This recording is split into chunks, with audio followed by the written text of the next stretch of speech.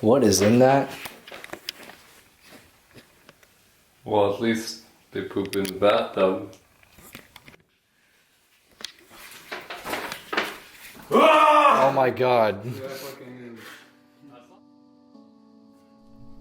Alma College has existed in Los Gatos since 1934, mostly unnoticed by the public. To most, it was simply an acknowledgement like, oh yeah, this place existed. People who weren't Jesuit and people who weren't interested in becoming priests never had a reason to know anything more about it, or what existed here before. Oh, this is for tools. Look at that. Look at that. Oil is a tool. Alma College was the last official iteration of this property. It was a theological college that prepared students for ordination as clergy or for other religious work. It taught at this location for 35 years before moving to Berkeley in 1969. Since then, it has served as a boarding school, a cult home, and as a hidden gem of history.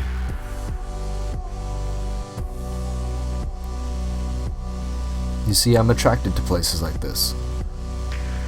Places where abandoned wreckage is reclaimed by nature,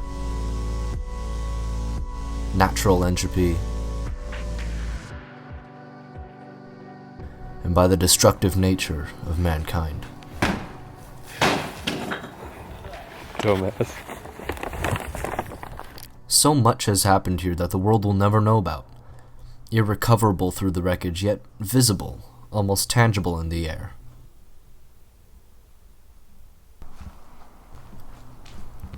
Walking through the halls, you can almost imagine being a student here.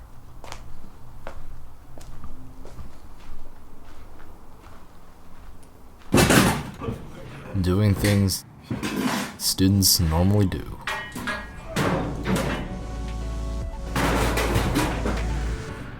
This is the old chapel. Back before the college took over, it was a huge library.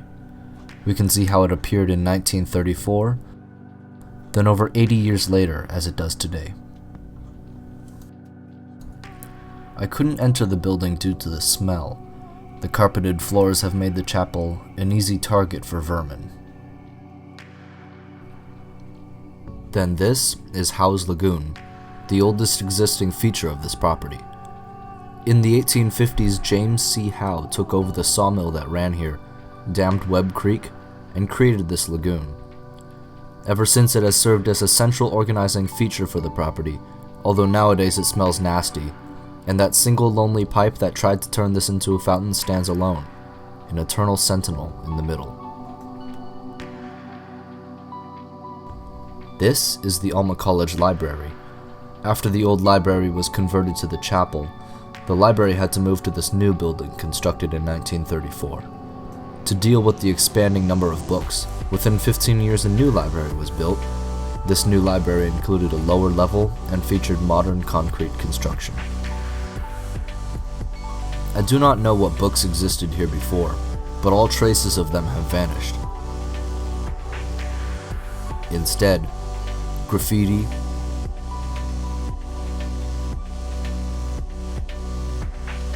wreckage, and mountains of rat droppings fill the room. Places such as this are like unsolved puzzles. You become a child once again, piecing together the stories others left behind. Visiting these places is different too, because the stories of these locations are finished. Unlike the places we visit every day, there is nothing substantial in the future of these locations other than their imminent destruction. There is a sense of death.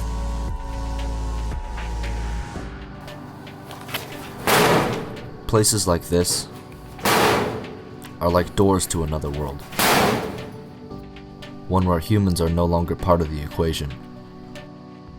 Though our own destruction is over, destruction continues. Our own homes could one day look this way.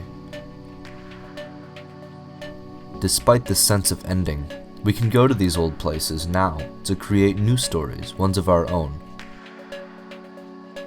as well as remember the stories of the past.